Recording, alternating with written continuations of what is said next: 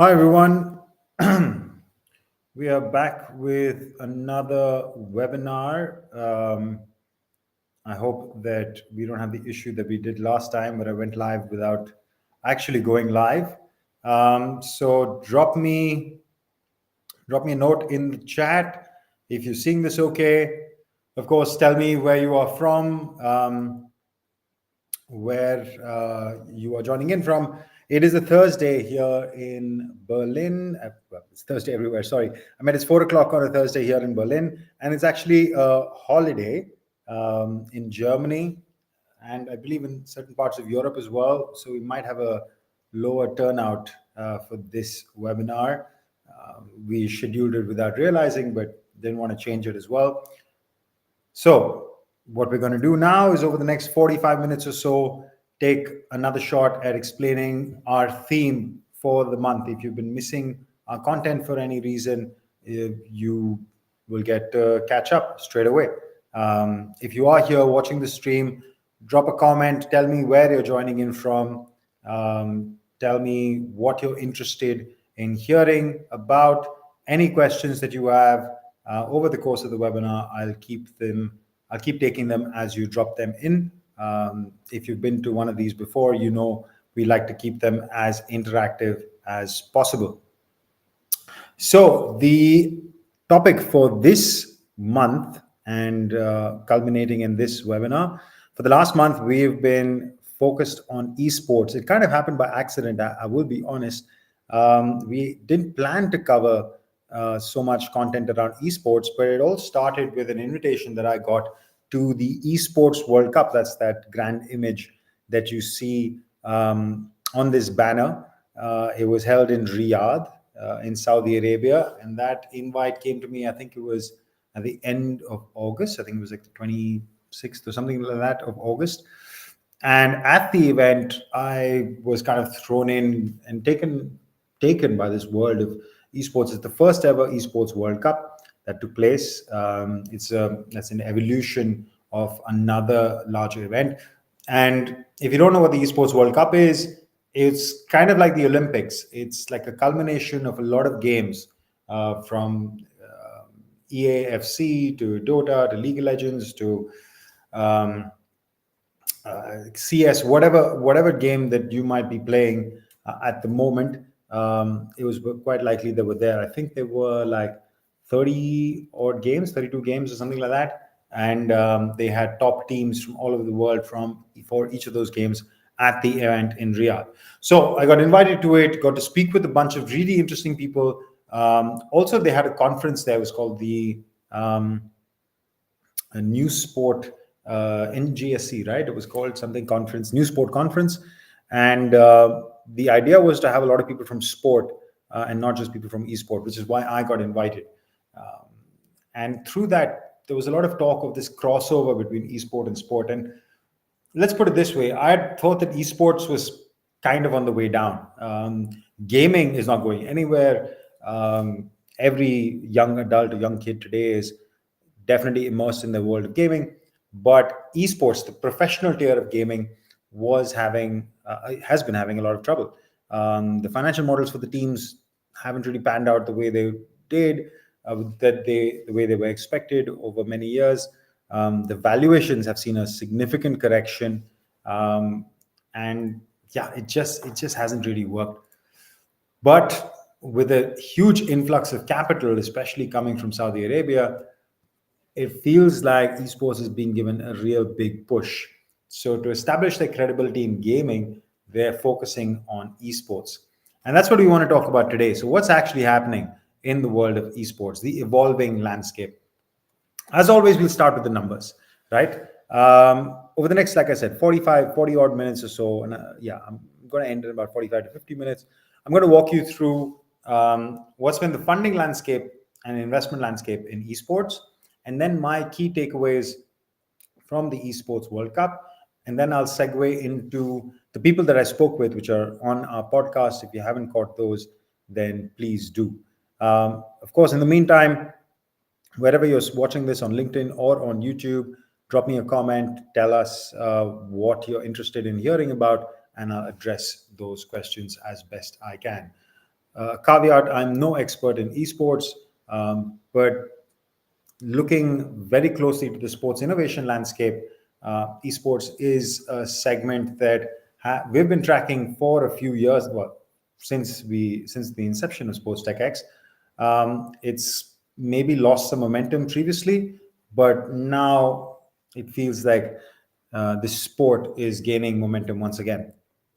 So let's talk about the funding. As always, like I said, we start with the investment landscape. So where has the money been going in esports? So it's pretty clear over the last 5 years, most of the funding has gone in the fans and content. So it's kind of solutions for streamers, right? So anything which helps, well, actually, solutions to streamers would be in management and organization, but anything which helps the audience kind of connect with their streamer.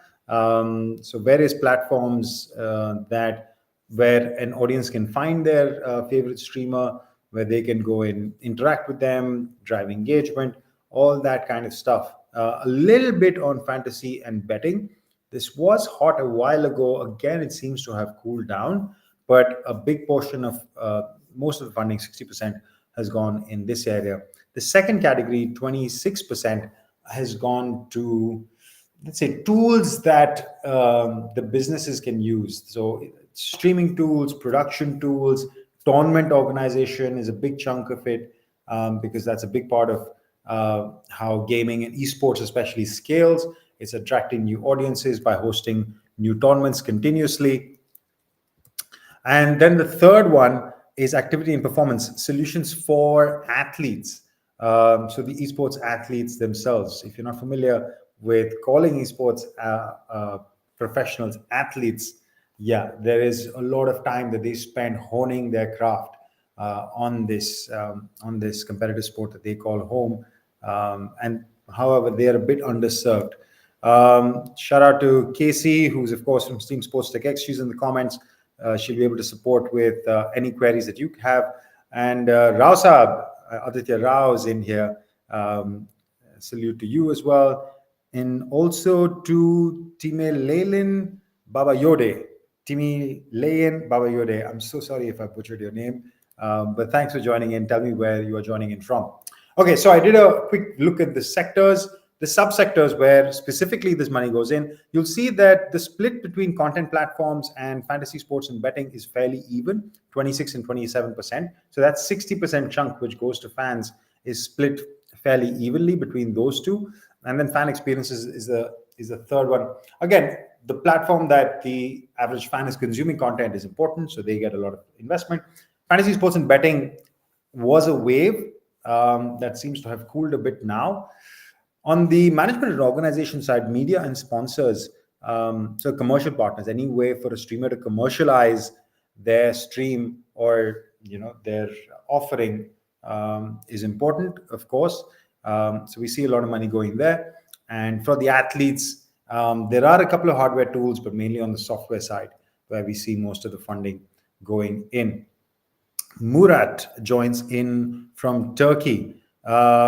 His question is, will esport be accepted by the Olympic Committee? Murat, it already has been. There will be the official Esports Olympics again in Riyadh next year. It was also kind of why I was super interested to go this year when I got the invitation. So they had the Esports World Cup this year, which was, like I said, about, I think, 30 odd games that they had teams participating in. So similar to their Olympics format, they had multiple games and multiple teams participating in each of those games. And they had about $60 million, I believe, in prize money. It was a lot of money that they were throwing at the event. And next year, they will follow this up with a similar format. And they haven't published too much information on how it will differ from the Esports World Cup. But yeah, this is officially a partnership between this is the official, let's say, Esports Olympics, it's called, and it will be held in Riyadh once again next year. So it has already been accepted. It was already last year, I think, at the Tokyo Olympics already, there was kind of an E-Olympics. There were, I think, 6 games that the Olympics, the IOC invited fans to participate in. I think there was a running game, a motorsport, I think like a car racing. There were a bunch of games that they had highlighted. So not the typical esports games like not Dota and League of Legends and all that kind of stuff, but they just had their own games that they invited fans to participate in. And they had 6 of those. It was like a trial run. They didn't do too much at the Paris Olympics because I think they were leading up to their own separate esports Olympics, which is happening just a year after the Paris Olympics. So it is a big thing that the Olympics is looking at. Okay, so we had a look at the funding trend. Now, this is why I want to talk about why we had kind of esports has gone under the radar. You'll see the amount of money that esports focused solutions or gaming focused solutions were generating. And 2024, I mean, across the board has been a low year, but this year has not seen much funding at all. So it was really swimming under the radar for us, even though that we know that the Saudis are investing. The PIF, especially through its various vehicles, is investing significantly in esports, but not in esports startups, right? So that's what this trend chart is tracking. How much money that esports focused or gaming focused startups are generating, and it hasn't been much this year. However, we still see kind of the same names, and I'm going to come to what changes in the trends that we are seeing. Right. So, okay. So first, just covering where this money has been going for the last 5 years. USA is at the top. India, a huge market for gaming and esports. The UK comes in third. You look at the cities: New York, Shanghai, Bangalore. China's an interesting one. China, in fact,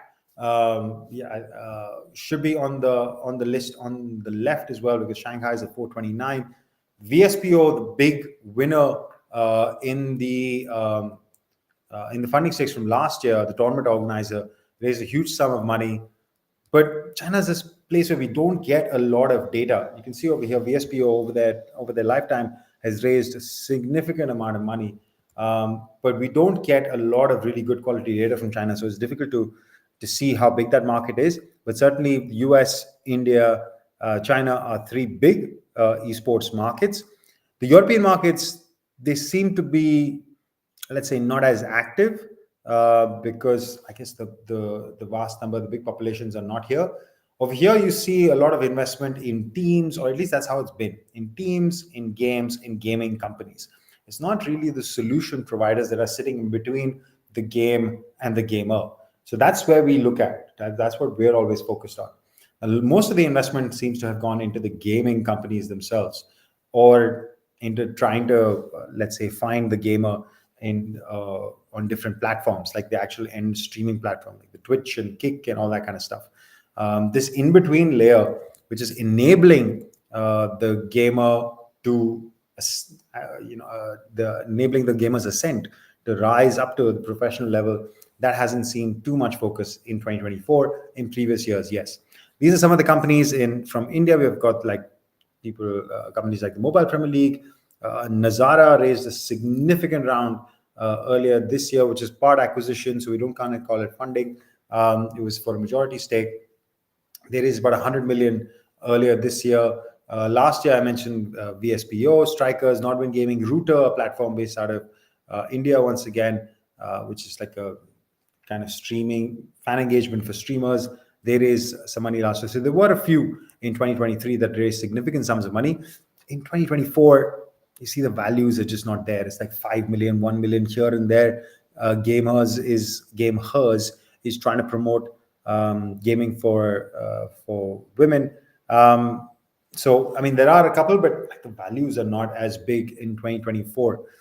What we have seen though, and by the way, these are other companies that we should mention. Sleeper, which does fantasy leagues for across the board for various sports, including for esports. Stan, it's a fan engagement platform. Players Lounge is kind of tournament organization.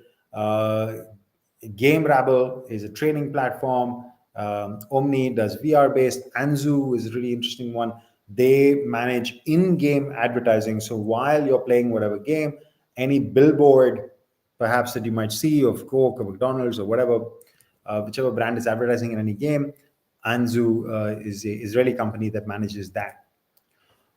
So coming back to the investment, like while we haven't seen much investment in startups, we've seen a lot of money getting getting pushed into this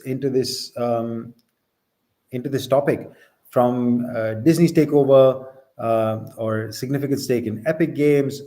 Saudi keeps announcing more funds that they will use, or new investment vehicles to invest in esports and gaming. Um, there are more campuses. This is just one example. I could have gone through a lot. I just wanted to highlight a few. Um, yeah, there's a new esports campus, which is a 26 million euro focused campus in Croatia, which is, it's a relatively small country.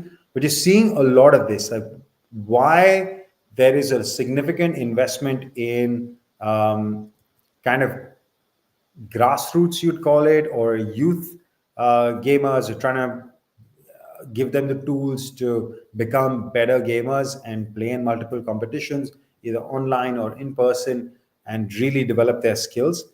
You're seeing a lot of government support behind this topic. This is just one example in Croatia. And Nazara Tech, a company that I mentioned, they create a number of games in India. They raised $105 million this year, about 900 crore in INR, to fuel expansion and acquisitions. They've already been active in this topic. And these are just all news stories in this year, Feb, March, May. So we've seen a lot of buzz in this space. It feels like everybody's kind of taking the lead from the Saudis to continue to invest in esports. So my takeaway here is that we saw this initial wave, a lot of excitement, team values, everything was going up. Then we saw this lull over the last couple of years where, yeah, there wasn't much action. A lot of the financial models behind esports were struggling, and that's because of the core mechanics of how esports work. The professional tier is not really important to the game publisher, to Epic, to any of the Tencent, to any of the game owners or investors. They don't really care. They It was a school of thought which felt that the professional layer will drive fan engagement, and those teams will have a big group of fans, and will kind of work the way professional sports works. That the professional tier is where the fan following is, and because the fan following is there, there will be more acceptance of the games. But it hasn't worked out like that. The game publishers have too much control. So for any game that they are pushing out, they can change up their rules or in with every game update. So it kind of feels like the professional layer is not well settled, and therefore the sponsors are that professional esports teams are looking for, they don't have much confidence, because they don't know which game is going to be hot and what's going to move, and like every year they're going to have to keep switching. So contracts are very short term. The fan models have not played out.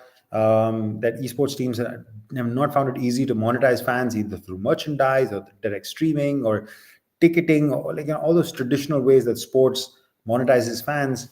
Esports has not found it easy to do that. So for various reasons, we saw this kind of wave of esports declining until this Esports World Cup came along. And of course, this was in the pipeline for a while. There had been a significant investment a couple of years ago when Saudi authorities, Saudi Games, kind of merged ESL and the esports leagues, electronic sports leagues, and Faceit Group, to create this, multi-billion-dollar entity that was going to promote gaming across the world, but specifically in Saudi Arabia. And Ralph Reichert, the founder of ESL, became kind of the head of this joint entity, and then became the head of this Esports World Cup. Now, Ralph is a guy who comes with a tremendous amount of experience in the world of gaming and esports, and he's kind of helping him and a lot of other people. There are a bunch of experts who are working on this together. They're kind of helping Saudi position themselves as, in their words, another hub for gaming in the world. They're not trying to overtake anybody. They're not trying to. I guess they want to be a bigger hub uh, than other places. But in their words, they're not trying to replace anyone else. They're just trying to establish another part of another region in the world where gaming is important, where gamers will continue to come to either hone their skills or to participate in major tournaments, or for whatever the reasons. Maybe as a development hub, I find that unlikely, but I think major tournaments will be the way that they drive. And the difference with Saudi Arabia versus other countries is they do have a significant population that they could turn into fans, and Saudi Arabia also kind of leads the region. So Saudi could be the hub for the entire Gulf region or the Middle East to or be able to attract gamers from multiple places. It's an interesting idea, and not one which is without capital. So the Esports World Cup was held this year, and I I have some key takeaways from my visit. I spent 2 days there at the conference and at the Esports World Cup itself. And number one is to answer your question once again, Murat, is that this has got enough international attention and stakeholders buying in that this could go somewhere. It could be the lift that esports is probably needed, right? Gaming has, again, to make the distinction, gaming is not going anywhere. Nobody's questioning the health of the gaming industry. Nobody in their right mind would. But I think that anybody who knows anything about this space knows that the esports industry has struggled for a few years now, for various reasons. So it kind of needed a significant push of investment, which it seems like the Saudis are willing to do. So again, speaking to everybody there, esports teams find it really difficult to turn a profit, right? They saw appreciation in values because they were seeing increasing um, fan engagement. The big teams like Fanatics and Team Liquid and all these kind of teams were seeing engagement behind them, but that hasn't continued year on year, and they found struggles with monetizing, like I said, either through merchandise or through courses or through whatever way that they want to monetize their fans. They found it difficult to do that. The fan loyalty seems to be for the game rather than the athlete, right? It's now to draw a parallel between in sports. It seems like the shift is there are lesser people who are fans of football or of Manchester United or Real Madrid versus fans of Ronaldo or Mbappe or Haaland. It seems like the athlete has taken over the sport in a bigger way than we saw before. With esports, it still hasn't got there yet. The games are what drive fandom, and also it's streamers that drive fandom. That the guys and girls who make their stream entertaining rather than the guys and girls who are performing at the elite level, who are really good at their game. So a bit of a difference that the teams don't find it difficult to make money. But backed by Saudi investment, you've got the format of the Esports World Cup and the Esports Olympics, which are coming up next year.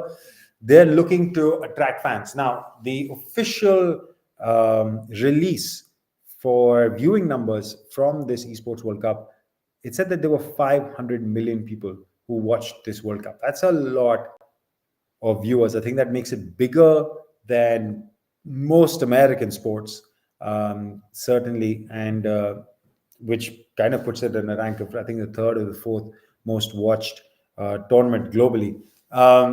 You can take that with a pinch of salt. I don't want to doubt anybody's official numbers, but there was some independent authorities which claim that there were about 1 million concurrent viewers at the peak, which was for the opening event. I think that was the League of Legends game. And on average, every game had about 500,000 viewers. Now, if you take that and you multiply, just extrapolate to the number of games, it's still a significant number. I'm not sure it's 500 million, but it's still a very significant number. 500,000 people tuning in for every game means that there is a strong audience. Now, how do you monetize that audience apart from asking them to pay for viewing, or how do you build fandom long term?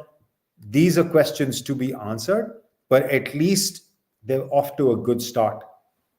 Also, the fact that the IOC, the Olympic Committee, is leaning on esports to attract younger fans. That has always been the case across the sports world, from Formula One, from football, NFL with Madden. I mean, there are various uh, use cases of sports looking to the e-sport version or the professional, let's say, tier of the gaming side to attract new fans. And they keep hosting tournaments and keep inviting people, having their own teams and getting their esport team to participate in various tournaments. It happens regularly in football. It is happening regularly in motorsport. So the Olympics is leaning on that idea as well to try to get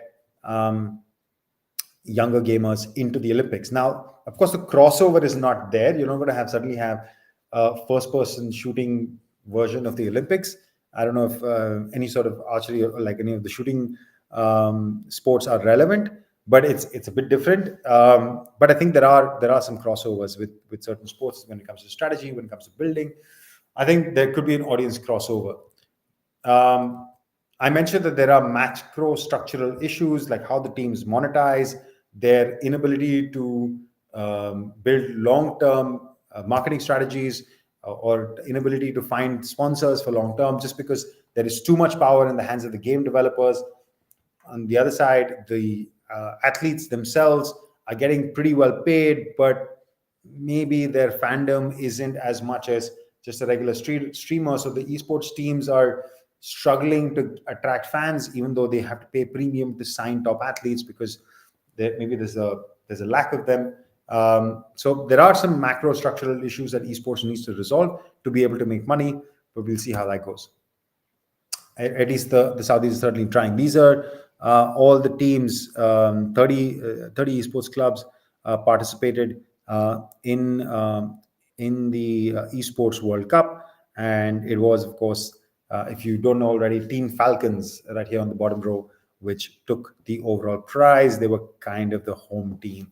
And let's say their athletes were really well paid, and they got the top guys into their team and took the big prizes. Right. What is happening in the Esports World Cup? I don't know if you can. I want to try to play this video, but this is an important thing to spend some time on. I don't know how much any of you guys know about the city of Qiddiya.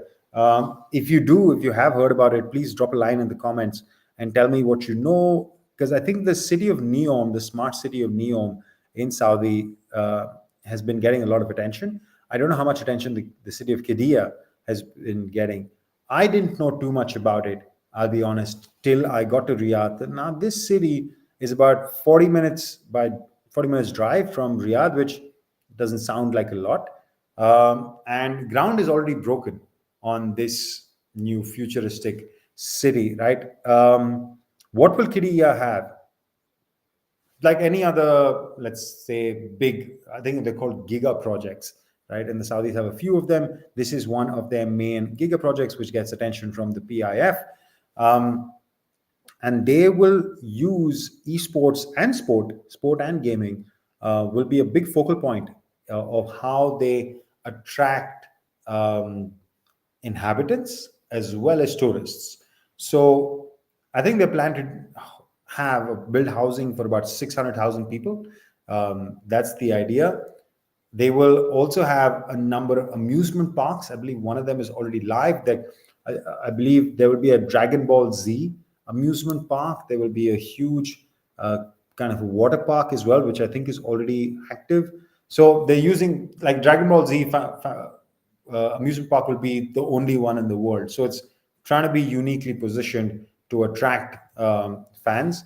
Apart from those unique attractions, there will be a football stadium, which, let's be honest, will host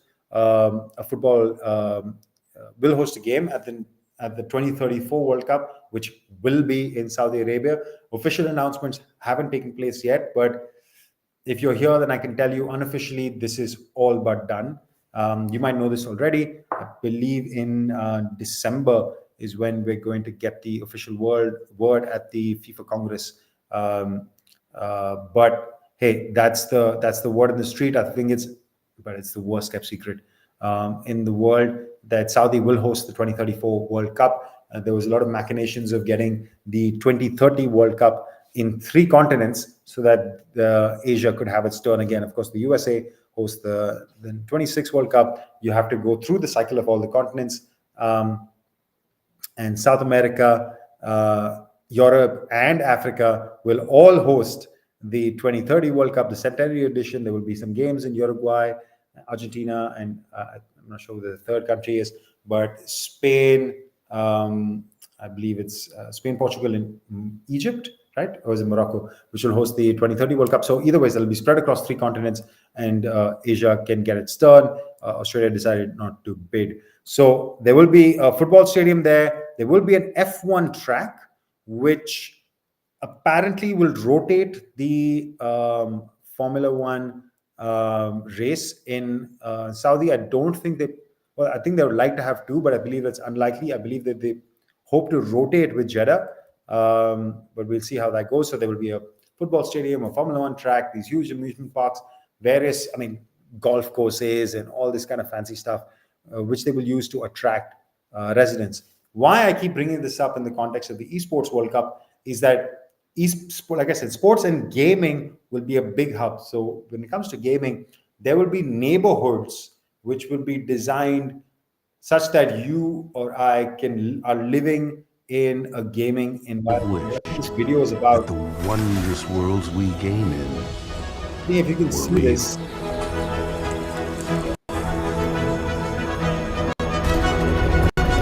These are mock-ups for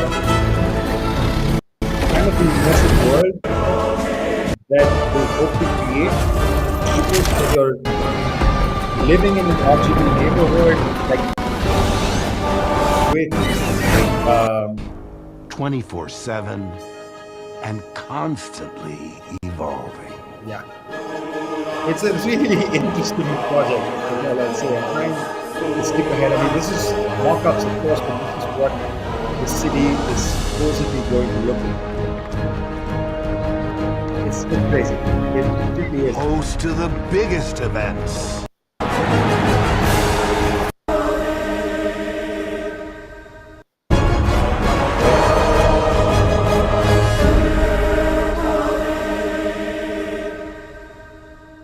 A new era of play awaits. Yeah, there you go. If you haven't seen it yet, I think you should spend some time on their website and check out what's happening on this in the city of Qiddiya. It is quite interesting. It kind of blows your mind a bit. Yeah, it has the specific districts where, just like your neighborhood is built in a way that you live in a game. This is what's been planned. The third one I will say, and this is also interesting, is that there is a lot of money available, but it's only if you are willing to invest in the local economy. The Saudi organizations are clearly quite picky. It's not like it's open house, anybody can come in and make a buck. No, you have to really spend time getting to know, they have to spend time getting to know you. If you're a credible organization, if you can really help them and mainly build up the local ecosystem. So they're not just investing for the sake of investing. I wouldn't call it madness, but it kind of sounds like it, when they talk about there are so many zeros behind a project, and you're going to live in a game. That kind of stuff sounds a bit nuts, but no, I think they're trying to work with credible people to make these highly ambitious dreams a reality, and it has to make sense for the local economy. All right, just some really interesting people. The New Global Sport Conference, NGSC, was